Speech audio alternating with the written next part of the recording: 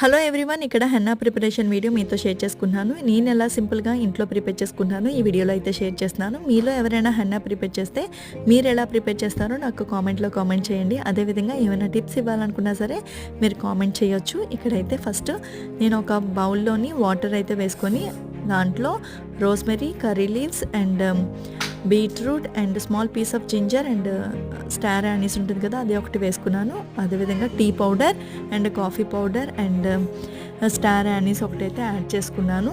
So ఇవన్నీ వేసుకొని బాగా బాయిల్ చేసుకుంటాను అనమాట. ఒక 5 to 10 minutes అయితే బాయిల్ చేసుకొని ఒక ఐరన్ కడాయి ఉంటుంది కదా, దాంట్లోనైతే ఈ ప్రిపరేషన్ అనేది నేను ప్రిపేర్ చేసుకుంటాను హెన్నా అనేది.